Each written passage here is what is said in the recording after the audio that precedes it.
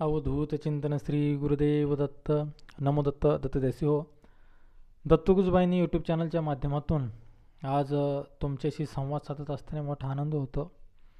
आणि माझा सर्व पेहराव पाहून तुम्हाला आता कळालंच असेल की गोठणांक बिंदू गोठला आहे. सध्या थंडीचा मोसम आहे आणि दत्त जयंती म्हटलं की थंडी असतेच.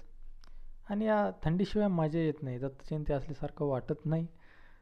थंडीचा आनंद घ्यायचा असतो आणि दत्तभक्तीची ऊब जी आहे तर ती आपल्याला दत्तभक्तीतून प्राप्त करून घ्यायची असते. असो तर मागील व्हिडिओमध्ये आपण श्री दत्त नवरात्री आणि त्याचबरोबर ती कशी साजरी करायची, त्याची पूर्वतयारी कशी करायची आणि त्याचबरोबर आपण सप्तशती गुरुचरित्र सार नावाचा ग्रंथ परमपूज्य टेंबे स्वामींनी आबालवृद्ध महिला पुरुष सर्वांसाठी खुला केला. सर्वांसाठी वाचता येईल, कमी वेळामध्ये जास्त प्रभावी अशा पद्धतीने त्याचा स्वतंत्र असा व्हिडिओ आपण बनवलेला आहे. तर त्या पारायणाची माहिती त्याच्यामध्ये दिलेली आहे. पुनश्च मी सविस्तर ते सांगणार नाही, तो व्हिडिओ आपण पाहू शकता. मग हे दोन व्हिडिओ झाले, परंतु महत्त्वाचा विषय असा आहे की आता आपल्याला दत्त नवरात्री सुरू करायची आहे, प्रारंभ करायचा आहे. तर मग दत्त नवरात्रीचा जो काही प्रारंभ काळ आहे, जी काही सुरुवात आहे, तर ते आम्ही नेमकी कशी करायची, हा प्रश्न सर्व दत्तदेसांच्या मनामध्ये नक्कीच आला असेल.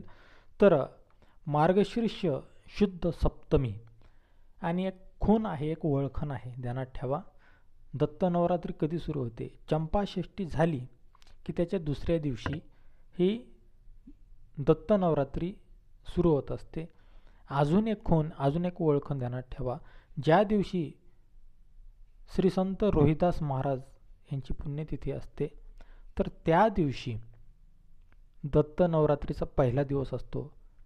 कॅलेंडरवरती रोहिदास महाराजांचं ते दिलेलं असतं.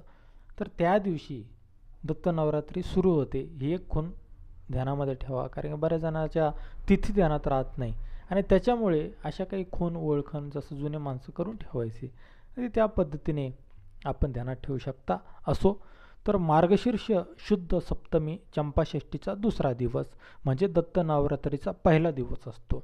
तर या पहिल्या दिवशी आपल्याला नेमकं काय करायचं आहे? जे दत्तदेसी सप्तशती गुरुचरित्र सार पारायण सोहळ्यामध्ये सहभागी होणार आहेत आणि आपण जे पारायण करतो ना, तर ते पारायण म्हणजे असं आहे दत्तदेसी हो, घरगुती. घर सोडायची गरज नाही. संसार प्रपंच, आपली ड्युटी, कामधंदा, कोणी शेती करीत असेल, कोणी नोकरदार असेल, नोकरीला जात असेल, कोणी कंपनीमध्ये जात असेल, कोणी जॉब करत असेल कुठं खाजगी प्रायव्हेट ठिकाणी, तर अशा वेळेस आपल्याला आपलं कामधाम, घर प्रपंच उरकून धावपळीमध्ये सुद्धा आपल्याला परमार्थ साध्य करायचा आहे. दत्त जयंतीचा उत्सव आपल्याला साध्य करायचा आहे. गुरुचरित्र पारायणाचं फलप्राप्ती आपल्याला करून घ्यायची आहे. तर त्याच्याकरता या ठिकाणी सप्तशती गुरुचरित्र सार पारायणाची आपण ही सुविधा घरगुती, घर तेथे गुरुचरित्र, मानव जाती तेथे दत्तभक्ती, सुलभ सोप्या कर्मकांड मुक्त अशा पद्धतीने सोप्या विधीमध्ये सर्व आबालवृद्ध पुरुष स्त्रियांसाठी, विशेष करून स्त्रियांसाठी सांगू इच्छितो, कारण की मूळ गुरुचरित्र वाचायला स्त्रियांना बंधनं आहेत, ती शास्त्रयुक्त आहेत. विज्ञान सुद्धा त्याच्यामागे आपल्या ऋषीमुनींचं आहे, ते महिलांनी जाणून घ्यावं. आजकाल अनेक ज्ञानी माणसं निघालीत, पंडित निघालीत आणि टेंबे स्वामींपेक्षा सुद्धा काही काही स्वतःला ज्ञानी मानतात. अशी काही काही मंडळी आपल्याकडे आहे. परंतु दत्त संप्रदायामध्ये टेंबे स्वामींचा शब्द हा प्रमाण मानला जातो. टेंबे स्वामींची आज्ञाही प्रमाण मानली जाते. त्यांनी जी काही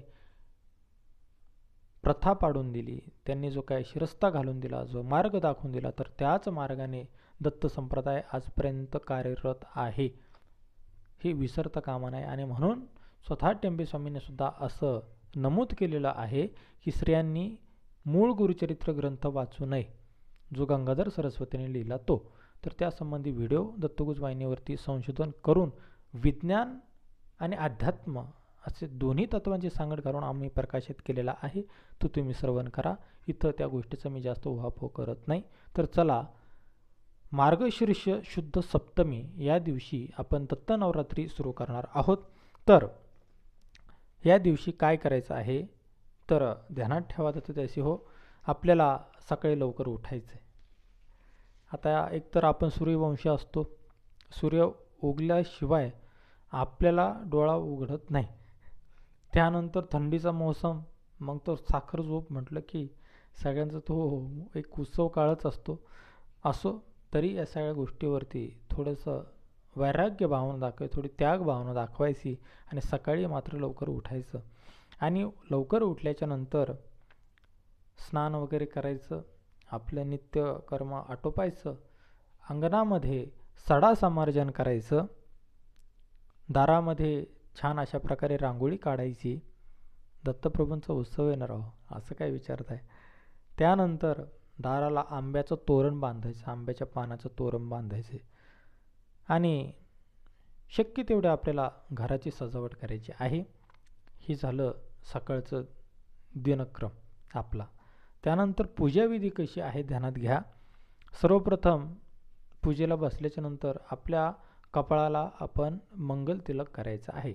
म्हणजे पुरुषांनी अष्टगंध लावा किंवा कुंकू लावलं तरी चालेल. आणि स्त्रियांनी आपली टिकली जी आहे तर ती काढून टाका. टिकली तर टिकली, नाही तर लगेच झोपली. टिकली कधी पडेल सांगता येत नाही, आजकाल फार अवघड झाले. त्याच्यामुळं भारतीय संस्कृतीनुसार हळदी कुंकू लावा. अगोदर हळद लावा, नंतर कुंकू लावा. शब्दातच आहे हळदी कुंकू, पण आपण आधी कुंकू लावतो नंतर हळद लावतो. सुवासिनींना हे माहिती पाहिजे. अगोदर हळद, लग्नाच्या अगोदर काय असतं, हळद, नंतर कुंकू, बरोबर ना. तर त्याच पद्धतीने हळदी कुंकू लावा आणि डोक्यावरती पदर वगैरे घ्या. महिलांनी छान अशी साडी वगैरे घाला. भारतीय संस्कृतीनुसार पांढरी शुभ्र वस्त्र आपण परिधान करू शकता आणि स्वच्छ पवित्र अंतकरणाने मन प्रसन्न करून पारायण करा. त्यानंतर हे सर्व काही झालं आपलं, तर आपण देवपूजा करायची आहे. मंगल तिलक वगैरे ते झाल्याच्या नंतर देवपूजा करायची. आपली नित्य देवघरात देवपूजा असते, ती देवपूजा वगैरे करायची. देवघरात शेजारीच चौरंग मांडायचा, पाट मांडायचा, त्यावरती दत्त महाराजांची प्रतिमा मांडायची आणि शेजारी कळस मांडायचा आहे. ते कळस कसा मांडायचा ते सांगणार आहे मी तुम्हाला, परंतु एक चौरंगावरती काय मांडणी असावी समजावून घ्या. दत्तप्रभूंची प्रतिमा मांडायची किंवा दत्त महाराजांची मूर्ती मांडायची. तुमच्याकडे नसेलच काही तर एखादी सुपारी घ्या, तांदळाचा असा पुंजका मांडा आणि त्याच्यावरती सुपारी आपण मांडू शकता. त्याला दत्त महाराज म्हणून पंचोपचार त्याची पूजा आपल्याला करायची. आणि 9 दिवस दत्त महाराजांचं हे नवरात्र आहे. जसं देवीचं नवरात्र असतं, देवीला एकदा घट्टी बसवलं की तिला हलवता येत नाही, तसं दत्तप्रभूंचं हे नवरात्र आहे. म्हणून 9 दिवस आपल्याला फक्त पंचोपचार पूजा करायची दत्त महाराजांची, ती मूर्ती प्रतिमा हलवायची नाही. तर अशा पद्धतीने 8 दिवस, 9 दिवस, कधी 10 दिवस येतात दत्त नवरात्रीचे. तर त्या पद्धतीने जसे दिवस येतील त्या पद्धतीने त्या दत्त नवरात्री काळामध्ये दत्तप्रभूंची फक्त पंचोपचार पूजा करायची, मूर्ती प्रतिमा हलवायची नाही. आणि ज्यांच्याकडे मूर्ती नसेल त्यांनी सुपारी जरी घेतली आणि त्याच्यावरती जरी दत्तप्रभूंची प्राणप्रतिष्ठा म्हणूयात किंवा दत्तप्रभूंचं आवाहन केलं तरी जमेल. त्यानंतर दुसरा टप्पा येतो ते म्हणजे कलश स्थापनेचा.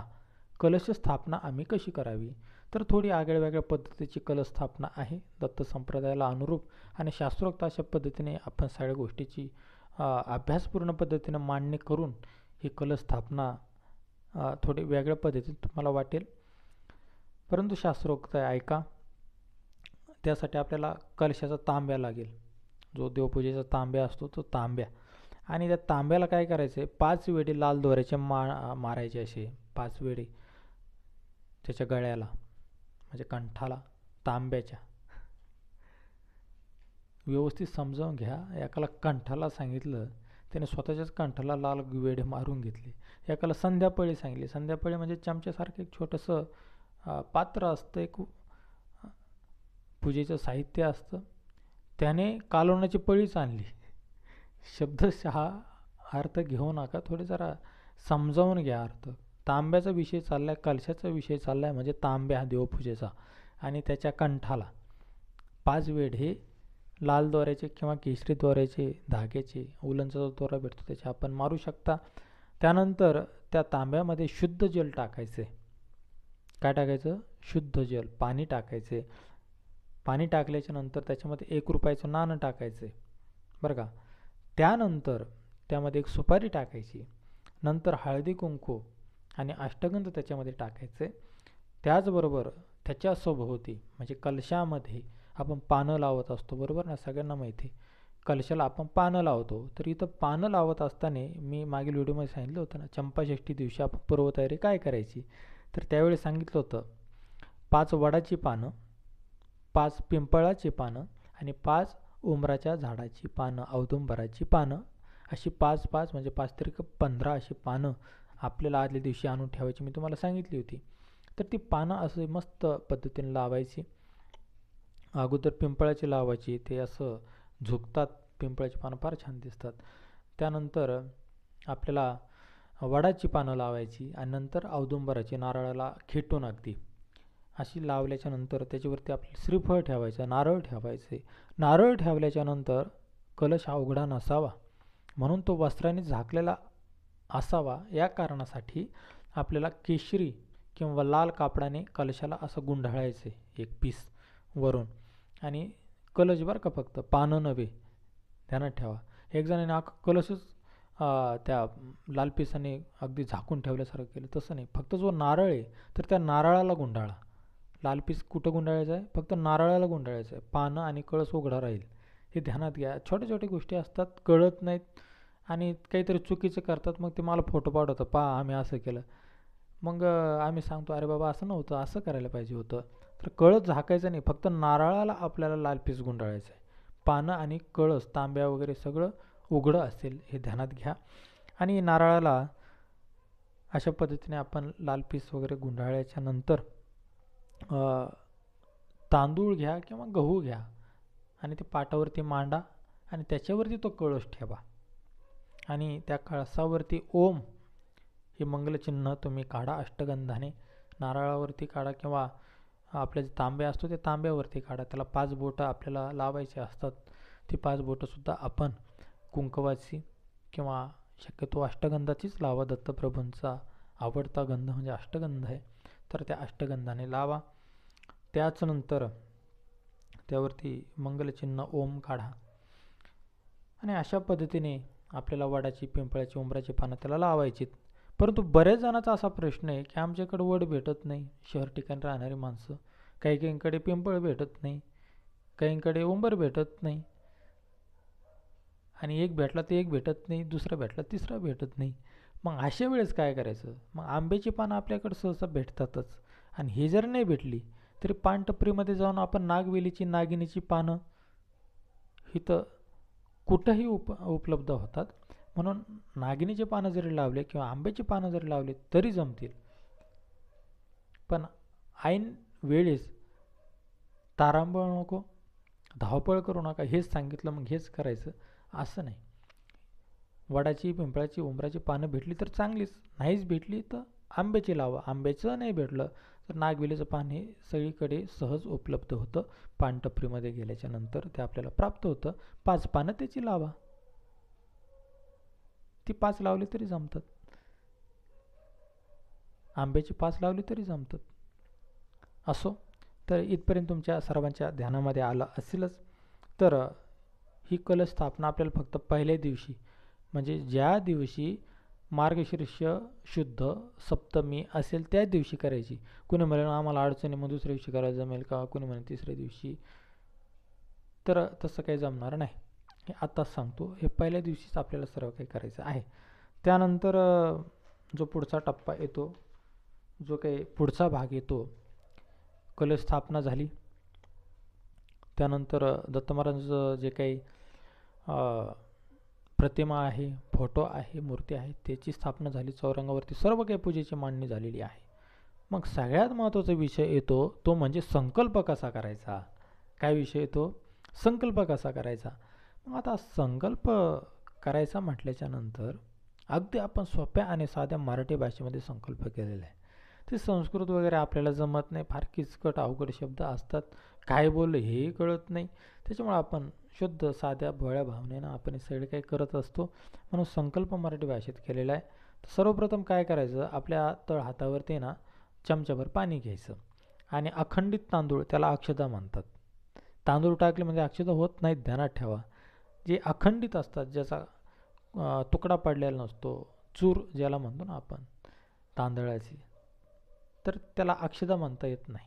अखंड असणारा तांदूळ त्याला अक्षता म्हणायचं. असे अखंड तांदूळ घ्या, पळीभर पाणी घ्या तळ हातावरती आपल्या स्वतःच्या, आणि त्यामध्ये अक्षता टाका थोड्याशा आणि संकल्प करा.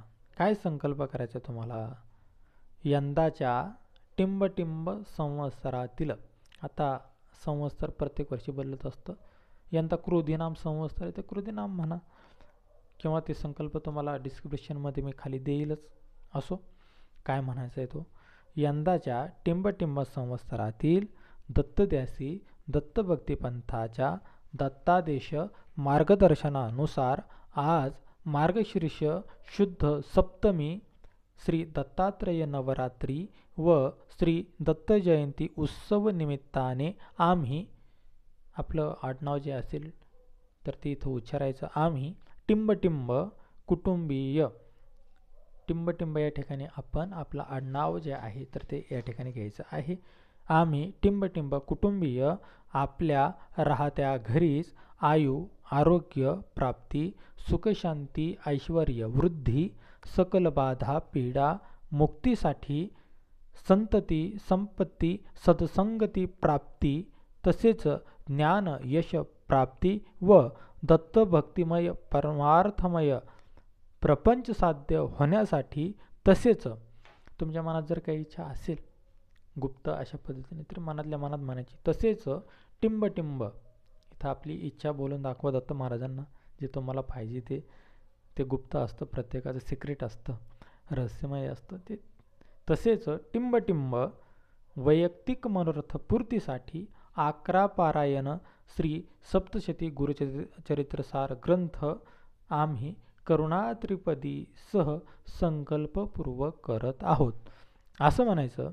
आणि तळ हातावर जे काय आपण पाणी आणि अक्षता घेतलेल्या असतात संकल्पाच्या, तर त्या ताम्हणामध्ये, त्या ताटामध्ये आपल्याला सोडून द्यायच्या आहेत. हा झाला आपला संकल्प. त्यानंतर पुढचा टप्पा येतो, तो म्हणजे पारायण आपल्याला कसं करायचं. तर पारायण करत असताना दत्तप्रभूंचं जर जीवनचरित्र पाहिलं तर दत्तप्रभू हे मातृपितृपूजक आहेत. कसे? मातृपितृपूजक म्हणजे आईवडिलांची सेवा करणारे भक्त दत्त महाराजांना अत्यंत प्रिय आहेत. कळते तुम्हाला? म्हणून आपल्याला काय करायचे, अगोदर आपल्या आईवडिलांचं दर्शन घ्यायचं आहे. आपल्या घरामध्ये आईवडील आहेत ना, आपण सांभाळतो ना आईवडिलांना, तर आपले आईवडील जे आहेत तर त्यांचं दर्शन सगळ्या पुरुषांनी घ्यायचं आहे, बरोबर. त्यानंतर ज्या सुवासिनी असतात त्या म्हणतील आमचे आईवडील तर माहेराला असतात. मग काय करायचं, तुम्हाला फक्त माहेराला जायचं म्हणजे फक्त संधी पाहिजे. आपले सासू सासरे हेच आपले एक प्रकारचे आईवडिला समान असतात लग्न झाल्याच्या नंतर, ध्यानात ठेवा. त्याच्यामुळे आपल्या सासू सासऱ्यांची सेवा करायची, त्यांचे दर्शन आशीर्वाद घ्यायचे. ध्यानात आलं? हां. तर विनोदाचा भाग सोडून द्या. महिला सुवासिनींनी आपल्या सासू सासऱ्याचं दर्शन घ्यायचं आणि पुरुषांनी आपल्या आईवडिलांचं दर्शन घ्यायचं आणि त्यांचा आशीर्वाद घेतल्याच्या नंतर सप्तशती गुरुचरित्रसार पारायणाला सुरुवात करायची. मग कशी सुरुवात करायची ऐका. सगळ्यात पहिल्यांदी आपण दिगंबरा दिगंबरा श्रीपाद वल्लभ दिगंबरा हा जो काही परमपूज्य टेंबे स्वामी महाराजांनी सगळ्या जगाला दत्त मंत्र दिला, सगळ्या जगाच्या कल्याणासाठी, सगळ्या जगाच्या प्रगतीसाठी, अभ्युदयासाठी, तर हा एक माळ जप आपल्याला सर्वप्रथम करायचा आहे. त्यानंतर जय लाभ यशदायी दत्त स्तोत्र ते एक वेळा म्हणायचं. चित्त स्थिरकारी दत्त स्तोत्र ते एक वेळा म्हणायचं.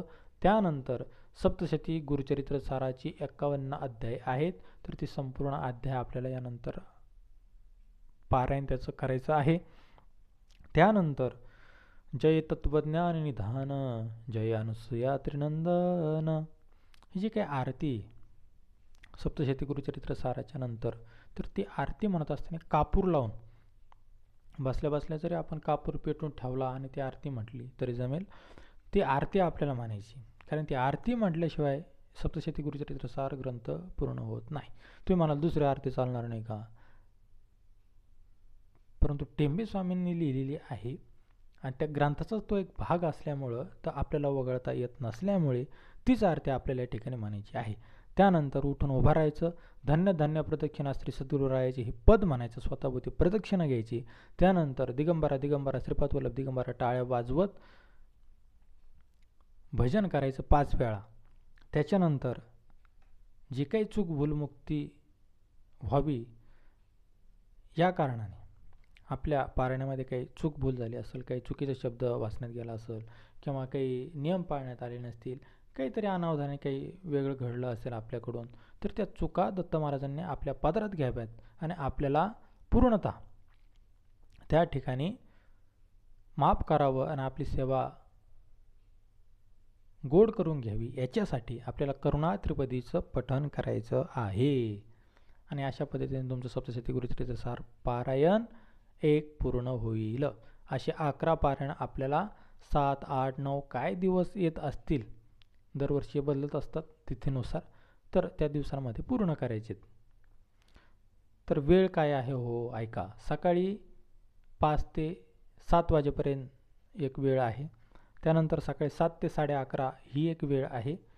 त्यानंतर संध्याकाळी 4 ते 7 या काळामध्ये तुम्ही सप्तशती गुरुचरित्र सार ग्रंथाचं पारायण करू शकता. महत्त्वाची गोष्ट सांगायची म्हणजे ती अशी, दुपारी 12:15 ते 1:15 हा 1 तासाचा कालावधी दत्त महाराजांचा भिक्षेचा कालावधी असतो. दत्त महाराज आपल्या दारात आणि आपण देवघरापुढे, ही संकल्पना दत्त संप्रदायामध्ये मान्य नाही आणि त्याच्यामुळे 12:15 ते 1:15 या काळामध्ये, या 1 तासाच्या कालावधीमध्ये दत्तप्रभूंचा भिक्षा काळ असल्यामुळे कुठलीही दत्तसेवा केली जात नाही. त्याच्यामुळे आपण सप्तशती गुरुचरित्र साराचं पारायण 12:15 ते 1:15 दुपारी या काळामध्ये करायचं नाही.